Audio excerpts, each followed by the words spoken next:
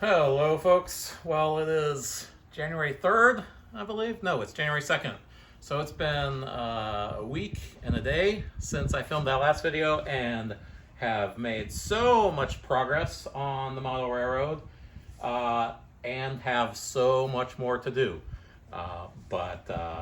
Yeah, and now that the kids are going to go back to school and I'm going to have to start working again, I think things are going to slow down.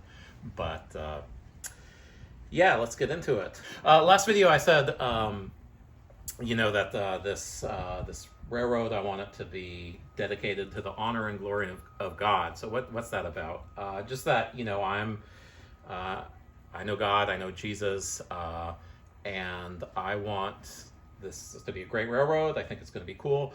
But I want the people who I share it with just to know that, I know Jesus, and he's my friend, and it's great, and I'm excited about that, and I would be happy to talk about that and share that if you're interested. And if not, if you just want to see a cool model railroad, that is fine too. So let's look at what we have. Wow. So I guess one question I got from my Aunt Joan was, it looks like it's just a straight line. There's no loops. That is correct. So by now we have most of the track.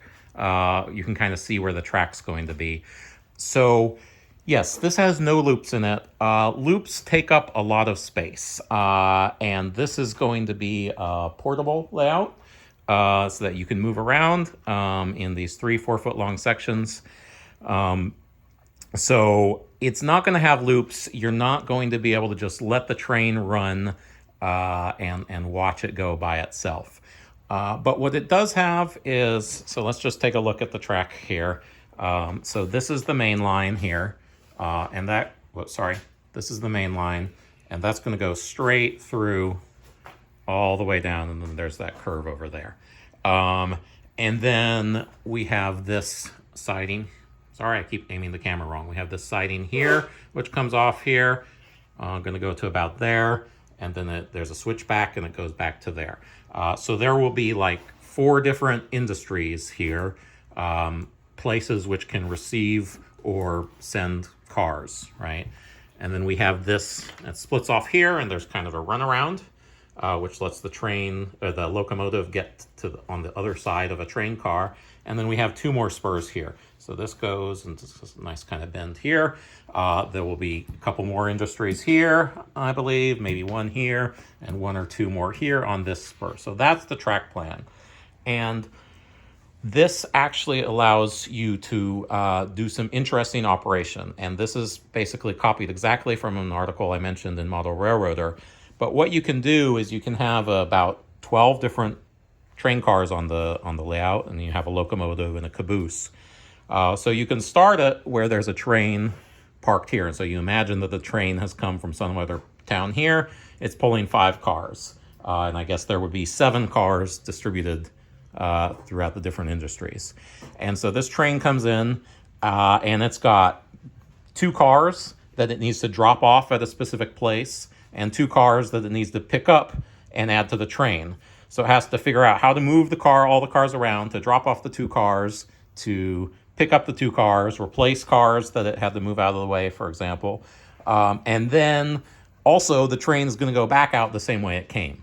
So it's got to move the caboose to the opposite end, move the locomotive to the opposite end, and then you're basically done with that piece of the puzzle.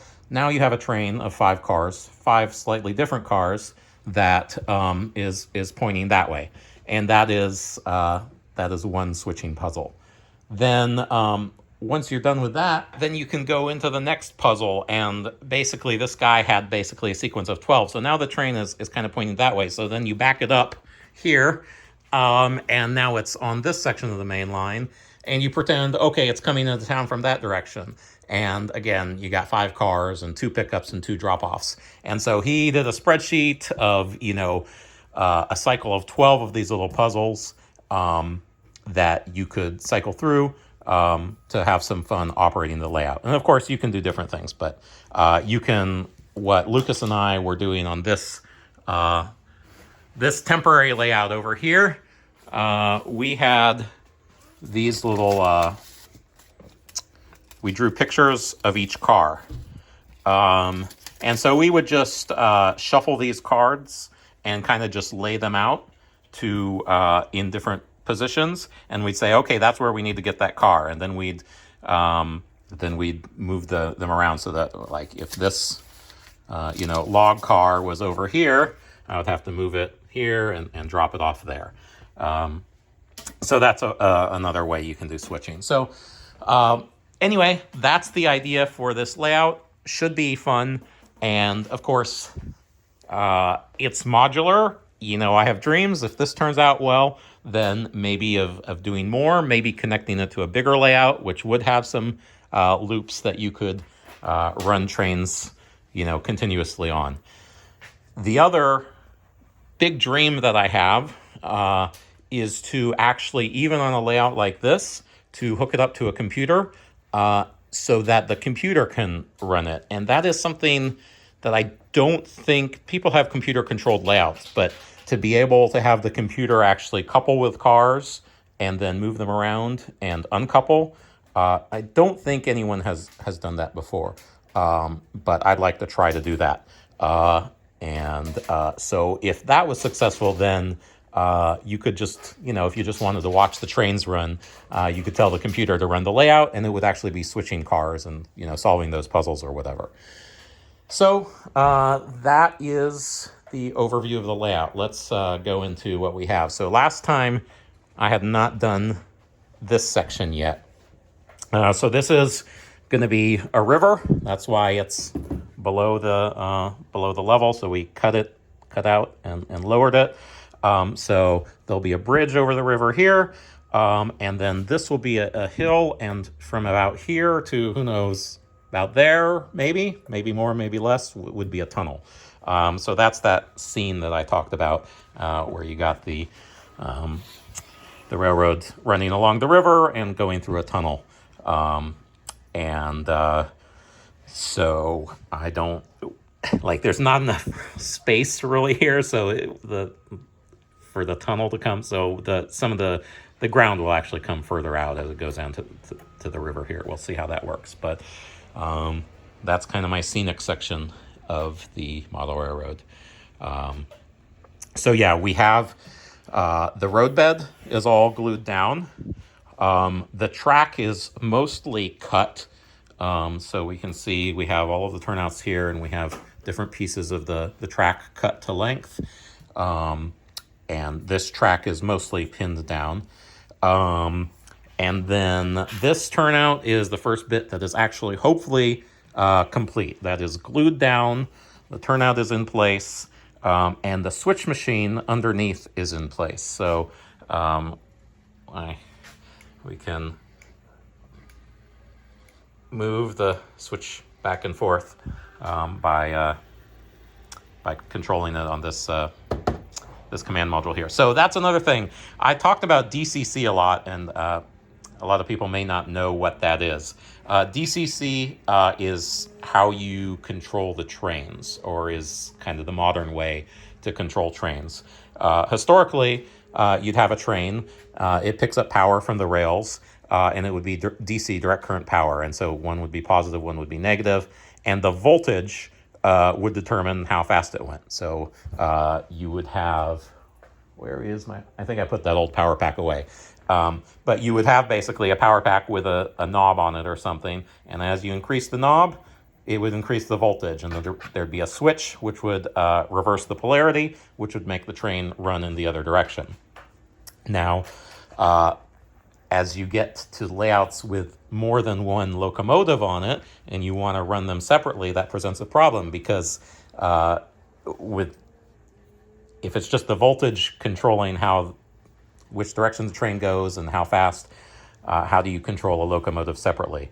And so in that system, what you had to do is you had to divide the layout into different blocks, and then you would have basically switches which would connect each block to a different controller. And so your whole layout would need to be a bunch of different blocks, and each block would have to have a switch that could connect it to however many different controllers and how many different locomotives you wanted to run. And that was, you know, a lot of wiring because you had to run all of these wires from all of these switches to each block. Um, and uh, and also you had to switch them as you went through.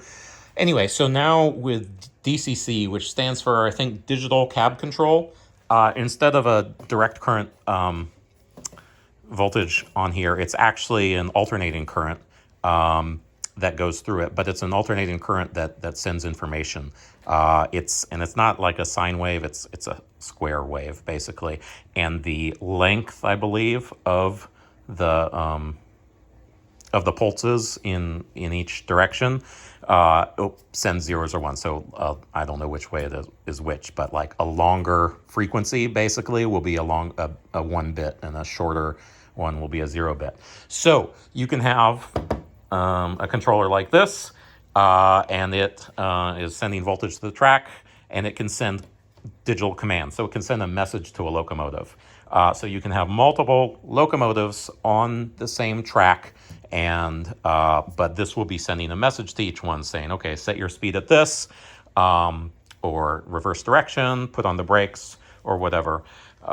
Now, another cool thing about that, which when I first knew what this was, I didn't really care very much about it, was that it can send messages for the trains to have sound. So it can honk the horn on the train, or blow the whistle, or just the train will, you know, as it's running, have engine sounds. And you know, I picked up a locomotive that was DCC, and it had sounds in that. And so when I was running that, it's actually pretty cool to have sound on your locomotives. Just as driving, you can hear the engine. So that's what DCC is. And like sending the signals to the locomotives, it can also send messages to other things. So that's what it's doing here. There's a switch machine under the table, which is connected to this thing, and it can send a message to the switch machine to control, to go either direction. So yeah, this is the first turnout that's been installed. It is a slow process, but I think I've basically figured out everything so far. So now it's just doing more of the same until we get all of the track laid. That is maybe all I'll cover now. Thanks for watching.